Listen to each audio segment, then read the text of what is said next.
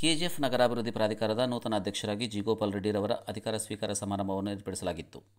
ಈ ವೇಳೆ ಬಂಗಾರಪೇಟೆ ಕ್ಷೇತ್ರದ ಶಾಸಕ ಎಸ್.ಎನ್. ನಾರಾಯಣಸ್ವಾಮಿರವರು ಮಾತನಾಡಿ, ಬಂಗಾರಪೇಟೆ ಮತ್ತು ಕೆಜಿಎಫ್ ನಗರವನ್ನು ಕಾರ್ಪೊರೇಷನ್ ಮಾಡುವ ಪ್ರಕ್ರಿಯೆಗಳು ನಡೆಯುತ್ತಿದ್ದು, ಶೀಘ್ರದಲ್ಲಿಯೇ ಎರಡೂ ಕ್ಷೇತ್ರಗಳ ಶಾಸಕರು ಜಂಟಿಯಾಗಿ ಮಾಹಿತಿ ಬಿಡುಗಡೆ ಮಾಡುತ್ತೇವೆ ಎಂದು ತಿಳಿಸಿದರು. ಈ ಸಂದರ್ಭದಲ್ಲಿ ಪ್ರಾಧಿಕಾರದ ಆಯುಕ್ತ ಧರ್ಮೇಂದ್ರ, ಕೆಡಿಎ ಮಾಜಿ ಅಧ್ಯಕ್ಷ ಶಂಸುದ್ದೀನ್ ಬಾಬು ಹಾಗೂ ಬಂಗಾರಪೇಟೆ ಕ್ಷೇತ್ರದ ಕಾಂಗ್ರೆಸ್ ಮುಖಂಡರುಗಳು ಹಾಜರಿದ್ದರು. ಮತ್ತು ಯುವಕಾಂಗ್ರೆಸ್ನ ಎಲ್ಲ ಪದಾಧಿಕಾರಿಗಳೇ, ಸ್ನೇಹಿತರೆ, ಮುಖಂಡರೇ, ಇವತ್ತು ನಮ್ಮ ಸರ್ಕಾರ ಅಧಿಕಾರಕ್ಕೆ ಬಂದ ಮೇಲೆ ಪಕ್ಷದಲ್ಲಿ ಯಾರು ನಿಷ್ಠಾವಂತರಾಗಿ ಕೆಲಸ ಮಾಡಿರ್ತಾರೆ ಅವರಿಗೆ ಒಂದು ಅಧ್ಯಕ್ಷ ಸ್ಥಾನವನ್ನು ಕೊಡಬೇಕು ಅಂತ ತೀರ್ಮಾನಿಸಿ ಕೆಜಿಎಫ್ ಬಂಗಾರಪೇಟೆ ಎರಡೂ ಕ್ಷೇತ್ರಗಳು ಕೂಡ ನಮ್ಗೆ ಒಂದೇ. ಕೆಜಿಎಫ್ ಬೇರೆ ಇಲ್ಲ, ಬಂಗಾರಪೇಟೆ ಬೇರೆ ಇಲ್ಲ. ಈ ಭಾಗದಲ್ಲಿ ಪಕ್ಷದ ಮುಖಂಡರಾಗಿರ್ತಕ್ಕಂಥ ಶ್ರೀನಿವಾಸ್ ಅವರಿಗೆ ಮಾಡಬೇಕು ಅಂತೇಳಿ ನಮ್ಮೆಲ್ಲರ ಆಸೆ ಕೂಡ ಇದೆ. ಮತ್ತು ಅನಿವಾರ್ಯ ಕಾರಣಗಳಿಂದ ನಾವು ಮತ್ತು ನಮ್ಮ ಮುಖಂಡರಾಗಿರ್ತಕ್ಕಂಥ ಬ್ಯಾಲಹಳ್ಳಿ ಗೋವಿಂದಗೌಡರು, ಸಹೋದರಿ ರೂಪಕಲಾ ಶ್ರೀಧರ್ ಸೇರಿ ಮೊದಲ ಬಾರಿಗೆ ಗೋಪಾಲ್ ರೆಡ್ಡಿ ಅವರಿಗೆ ಅಧ್ಯಕ್ಷ ಸ್ಥಾನವನ್ನು ಮಾಡಿಕೊಟ್ಟು ಎರಡನೇ ಬಾರಿಗೆ ಶ್ರೀನಿವಾಸ್ ಅಧ್ಯಕ್ಷ ಮಾಡಿಕೊಡೋದಕ್ಕೆ ನಾವಿಬ್ಬರು ಕೂಡ ಸರ್ವಸಮ್ಮತವಾಗಿ ಒಪ್ಪಿಕೊಂಡು ಇವತ್ತು ಮೊದಲನೇ ಬಾರಿ ನಾವು ಗೋಪಾಲ್ ರೆಡ್ಡಿ ಅವರನ್ನು ಮಾಡಿದ್ದೇವೆ. ಎರಡನೇ ಅವಧಿ ಕೂಡ ಶ್ರೀನಿವಾಸ್ ಅವರನ್ನ ಇದೇ ಜವಾಬ್ದಾರಿಯೊಂದಿಗೆ ನಾವಿಬ್ಬರು ಸೇರಿ ಅಧ್ಯಕ್ಷರನ್ನಾಗಿ ಮಾಡ್ತೇವೆ. ಇವತ್ತು ಈ ಕೆಡಿಎಲ್ಲಿ ಬಹಳಷ್ಟು ಸವಾಲುಗಳಿದ್ದಾವೆ. ಇವತ್ತು ಪಟ್ಟೆಪೆಲೆಯಲ್ಲಿ ಲೇಔಟ್ ಮಾಡಬೇಕು ಅಂತ ಹೇಳಿ ಜಮೀನನ್ನು ಖರೀದಿ ಮಾಡಿ 50-50 ಮಾಡಲು ತಗೊಂಡು ಬಹಳ ವರ್ಷಗಳು ಕಳೆದಿದ್ರು ಕೂಡ ನಿವೇಶನ ಕೂಡ ಆಗಿಲ್ಲ. ಹೊಸದಾಗಿ ಕೂಡ ನಿವೇಶನ ಮಾಡಬೇಕು. ಈ ಖೇಡಿ ವ್ಯಾಪ್ತಿಯಲ್ಲಿ ಬರ್ತಕ್ಕಂಥ ಎಲ್ಲ ಪ್ರದೇಶಗಳು ಅಭಿವೃದ್ಧಿ ಮಾಡಬೇಕು ಅಂತ ಹೇಳಿ ಕಾಂಗ್ರೆಸ್ ಪಕ್ಷ ಒಬ್ಬ ಪ್ರಭಾವಿ ಮುಖಂಡ ಮತ್ತು ಸಮಾಜ ಸೇವಕರಾಗಿರ್ತಕ್ಕಂಥ ಗೋಪಾಲ್ ರೆಡ್ಡಿ ಅವರಿಗೆ ಇವತ್ತು ಅವಕಾಶವನ್ನ ಸರ್ಕಾರ ಮಾಡಿಕೊಟ್ಟಿದೆ. ನಾನು ಹೇಳ್ತೇನೆ, ಇವತ್ತು ಗೋಪಾಲ್ ರೆಡ್ಡಿ ಅವರಿಗೆ ಕೆಜಿಎಫ್ ಬಂಗಾರಪೇಟೆ ಎರಡನ್ನೂ ಕೂಡ ಸಮಾನಾಗಿ ನೋಡಬೇಕು. ಇಲ್ಲೇನು ಅಭಿವೃದ್ಧಿ ಆಗಬೇಕಾಗಿದೆ, ಇವತ್ತು ಈ ಒಂದು ಕಚೇರಿ ಕನ್ನಡವನ್ನು ಸ್ಥಾಪನೆ ಮಾಡಬೇಕು. ಏನು ಬಡಾವಣೆಗಳಿದೆ ಆ ಬಡಾವಣೆ ಅಭಿವೃದ್ಧಿ ಮಾಡಿ ಆ ನಿವೇಶನ ಕೊಡಬೇಕು. ಇದರೊಟ್ಟಿಗೆ ಎಲ್ಲೆಲ್ಲಿ ಸಿಎ ನಿವೇಶನ ಇದೆ ಅವುಗಳನ್ನು ಗುರುತು ಮಾಡಿ ಸಂಬಂಧಪಟ್ಟವರಿಗೆ ಅದನ್ನ ಕೊಡಬೇಕು. ಇದರೊಟ್ಟಿಗೆ ಬಹಳ ಮುಖ್ಯವಾಗಿ ಇವತ್ತು ನಮ್ಮ ಸರ್ಕಾರ BML ನಗರ ವ್ಯಾಪ್ತಿಯಲ್ಲಿ 295 ಎಕರೆಯನ್ನ ಟೌನ್ಶಿಪ್ ಮಾಡಬೇಕು ಅಂತೇಳಿ ಇವತ್ತು ಸರ್ಕಾರ ನಿಗದಿ ಮಾಡಿದೆ. ಆ ಟೌನ್ಶಿಪ್ ಪಟ್ಟಂತ ಜವಾಬ್ದಾರಿಯನ್ನು ಕೂಡ ನಮ್ಮ ಕಮಿಷನರ್ ಅವರು, ಅಧ್ಯಕ್ಷರು ಇಬ್ಬರು ಸೇರಿ ಮಾಡಬೇಕು. ಇವರೊಟ್ಟಿಗೆ ನಾನು ಮತ್ತು ರೂಪಕಲಾ ಅವರು ಎಲ್ಲ ಮುಖಂಡರು ಒಟ್ಟಿಗೆ ಇರ್ತೇವೆ, ಸಾಥ್ ಕೊಡ್ತೇವೆ. ನಿಮ್ಮ ಕಾಲಾವಧಿಯಲ್ಲಿ ಕೋಲಾರ ಜಿಲ್ಲೆಯಲ್ಲಿ ಮೊದಲ ಬಾರಿಗೆ ಒಂದು ಟೌನ್ಶಿಪ್ ಅನ್ನ ಮಾಡ್ತಕ್ಕಂಥದ್ದನ್ನ ನಿಮ್ಮ ಹೆಗಲ ಮೇಲಿದೆ, ಅದನ್ನು ಮಾಡಬೇಕು ಅಂತ ಹೇಳೋದಕ್ಕೆ ಇಚ್ಛೆ ಪಡ್ತೇನೆ. ಒಂದು ಕಡೆ 692 ಎಕರೆಯಲ್ಲಿ ನಾವು ಕೈಗಾರಿಕಾ ವಲಯ ಅಂತೇಳಿ ಒಂದು ಸರ್ಕಾರದಿಂದ ಜಮೀನನ್ನು ಪಡ್ಕೊಂಡಿದೆ.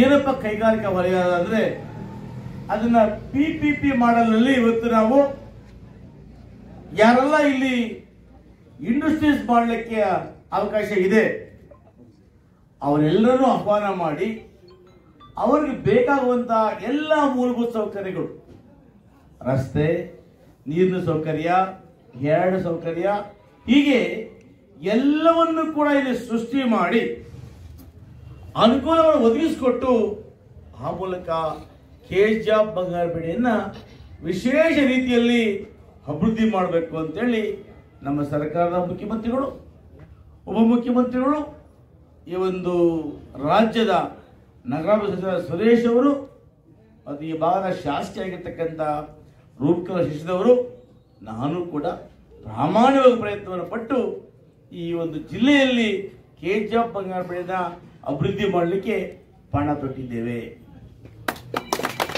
ಇವತ್ತು ಅಧಿಕಾರ ಬರ್ತದೆ. ಅಧಿಕಾರ ಬಂದಾಗ ನಾವು ಆ ಅಧಿಕಾರವನ್ನ ಜನರ ಹಿತಕ್ಕೋಸ್ಕರ, ಸಮಾಜ ಹಿತಕ್ಕೋಸ್ಕರ, ಎಲ್ಲ ಬಂಧುಗಳ ಈ ಭಾಗದಲ್ಲಿ ವಾಸ ಮಾಡತಕ್ಕಂಥ ಪ್ರತಿಯೊಬ್ಬರು ಕೂಡ ಮೂಲಭೂತ ಸೌಕರ್ಯಗಳನ್ನು ಕೊಡ್ತಕ್ಕಂಥ ಕೆಲಸವನ್ನ ನಾವು ಮಾಡಬೇಕಾಗ್ತದೆ. ಈ ನಿಟ್ಟಿನಲ್ಲಿ ಗೋಪಾಲ್ ರೆಡ್ಡಿ ಅವರು ಯಾವುದೇ ಹಣ ಅಂತಸ್ತಿಲ್ಲ ಅಧಿಕಾರ ತಗೊಂಡಿಲ್ಲ. ನಾನು ಸಮಾಜ ಸೇವೆಯನ್ನು ಮಾಡ್ತಾ ಇದ್ದೇನೆ. ಇದರ ಒಟ್ಟಿಗೆ ಅಧಿಕಾರ ಸಿಕ್ಕಿದ್ರೆ ಇನ್ನು ಹೆಚ್ಚಿನ ಸಮಾಜ ಸೇವೆಯನ್ನು ಮಾಡಬಹುದು ಅಂತೇಳಿ ಅವರವತ್ತು ಬಯಸಿಲ್ಲ. ಸತ್ಯ ಹೇಳ್ತೀನಿ, ನನ್ನ ಗೋಪಾಲ್ ರೆಡ್ಡಿ ಅವರು ಯಾವತ್ತೂ ಕೂಡ ನನಗೆ KD ಅಧ್ಯಕ್ಷರ ಮಾಡಿ ನನಗೆ ಕೇಳಲಿಲ್ಲ.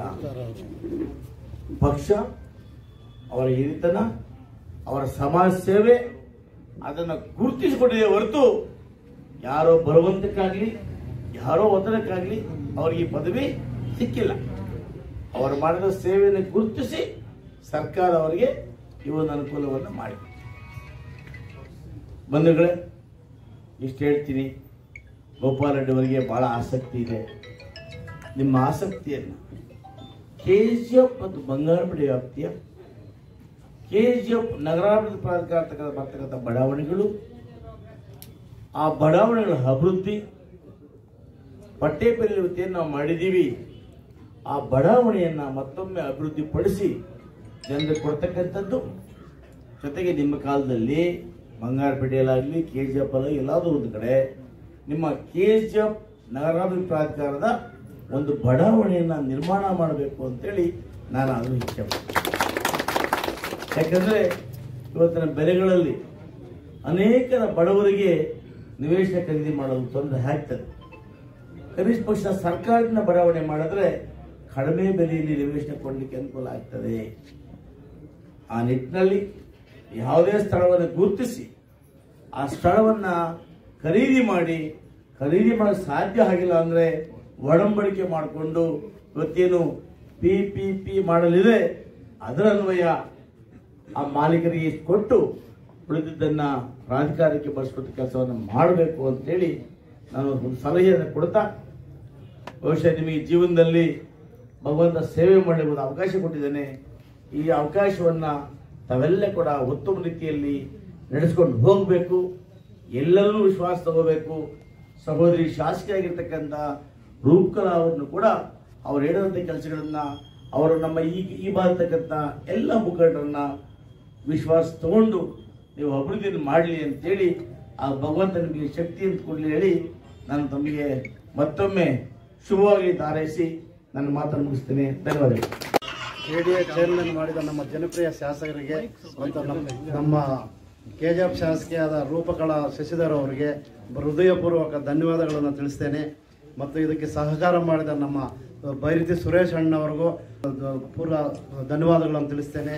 ಮತ್ತು ನಮ್ಮ ಸಿದ್ದರಾಮಣ್ಣವ್ರಿಗೂ, ಮುಖ್ಯಮಂತ್ರಿ ಸಿದ್ದರಾಮಣ್ಣವ್ರಿಗೂ ನಮ್ಮ ಶಾಸಕರ ಮಾತಿಗೆ ಬೆಲೆ ಕೊಟ್ಟು ನನ್ನ ಅಧ್ಯಕ್ಷನಾಗಿ ಮಾಡೋಕ್ಕೆ ಅವಕಾಶ ಮಾಡಿಕೊಡೋದಕ್ಕೆ ನಮ್ಮ ಮುಖ್ಯಮಂತ್ರಿ ಸಿದ್ದರಾಮಣ್ಣವ್ರಿಗೂ ಧನ್ಯವಾದಗಳು ತಿಳಿಸ್ತೀನಿ. ಅದೇ ಥರ ಉಪಮುಖ್ಯಮಂತ್ರಿ DK ಶಿವಕುಮಾರ್ ಅವ್ರಿಗೂ ನಮ್ಮ ಹೃದಯಪೂರ್ವಕ ವಂದನೆಗಳನ್ನು ತಿಳಿಸ್ತೀವಿ.